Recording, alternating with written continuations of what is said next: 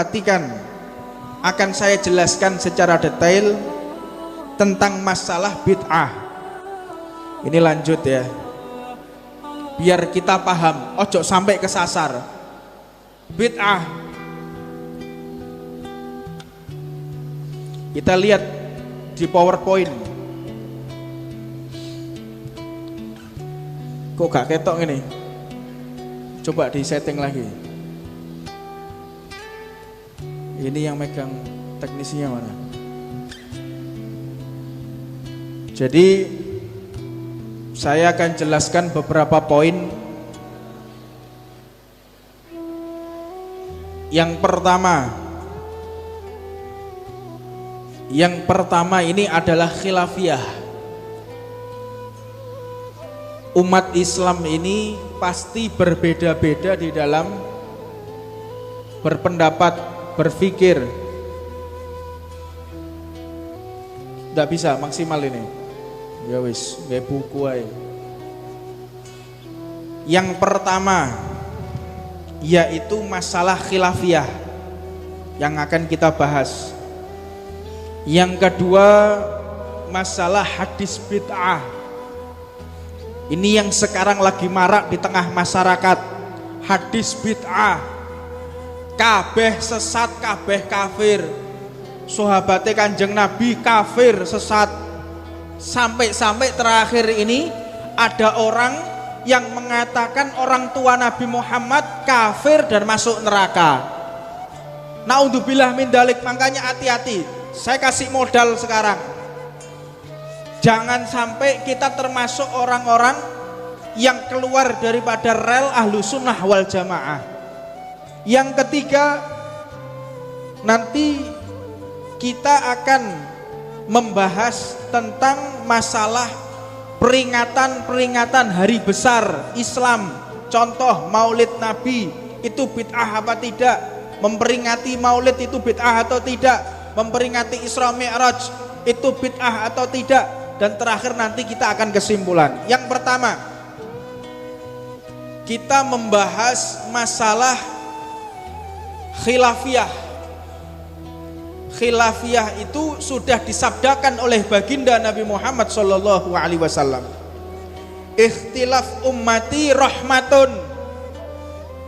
Perbedaan pemikiran di antara umatku itu adalah rahmat dari Allah Subhanahu wa taala.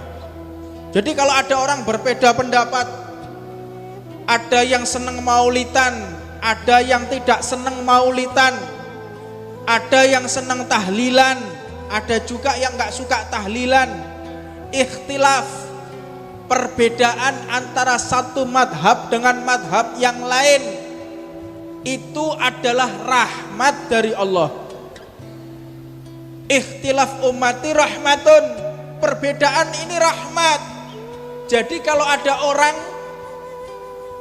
menanggapi sebuah perbedaan dia suka mengkafirkan, berarti dia bukan ahlu sunnah wal jamaah. Orang yang ngerti khilafiyah itu kalau engkau ingin melakukan silahkan, engkau ingin meninggalkan juga silahkan. Ini orang yang ngerti ilmu, orang yang paham khilafiyah.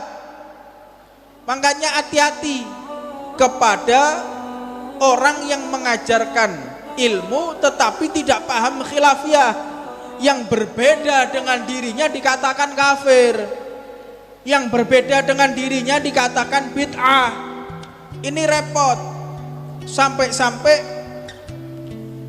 ekstrim kanan ini kaum radikal. Orang yang gak pakai jenggot dikatakan haram, gak nggak jenggot ini haram. Makanya kadang-kadang jenggotnya dawane masalah. Jenggot itu sunnah Nabi Muhammad, sunnah. Jenggot itu sunnah, tidak kita pungkiri. Sunnah muakkadah, sunnah yang ditekankan oleh Nabi Muhammad, itu jenggot.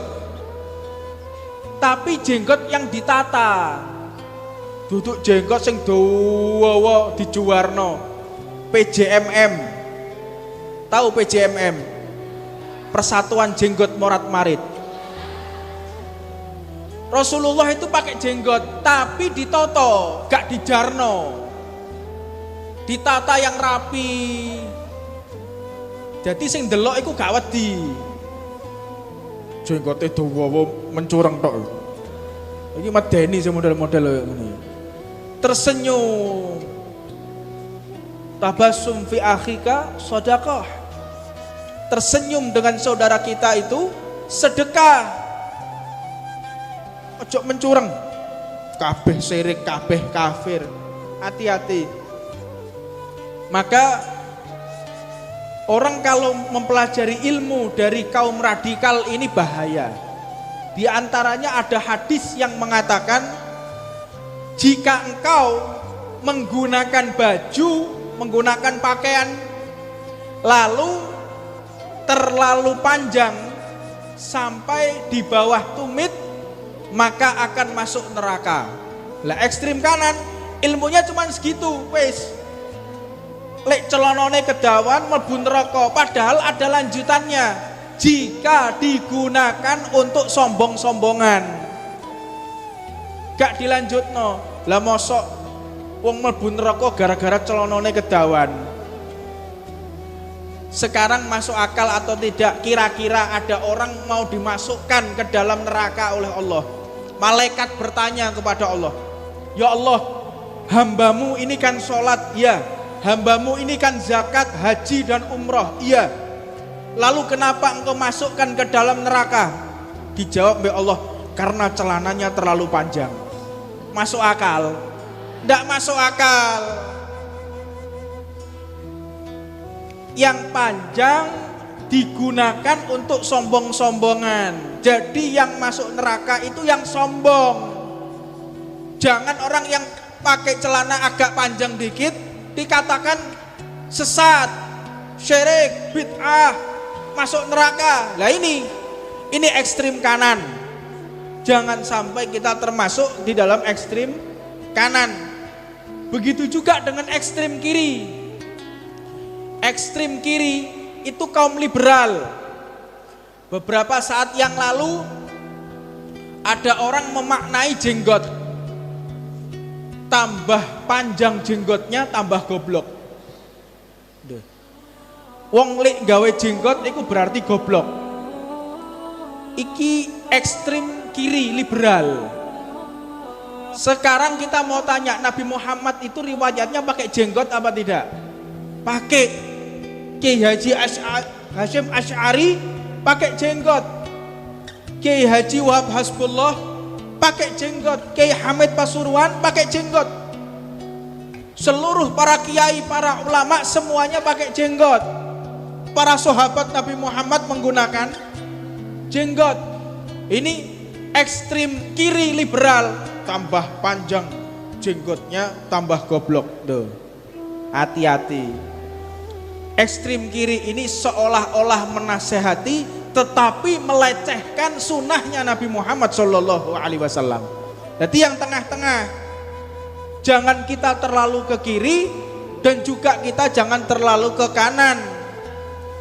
Orang pakai jenggot menurut para ilmuwan NASA, tahu ilmuwan NASA?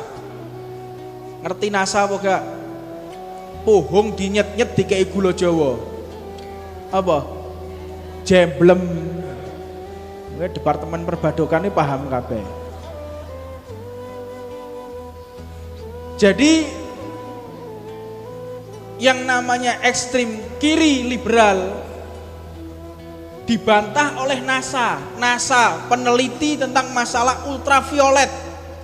Orang yang pakai jenggot itu tambah maskulin, tambah ganteng. Dan orang yang pakai jenggot itu awet muda. Karena rambut yang keluar dari